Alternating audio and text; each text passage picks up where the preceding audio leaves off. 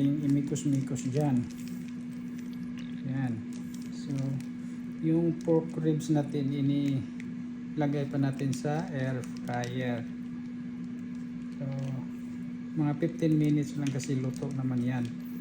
Tapos, minamarinate. Inilagay sa freezer. So, yan ang ating ulam for today.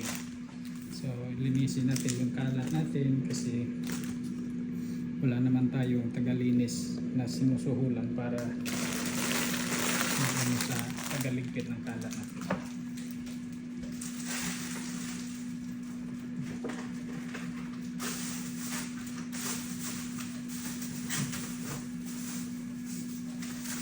So, mamaya natin i-mix. Tingnan muna natin yung luto natin na pork ribs.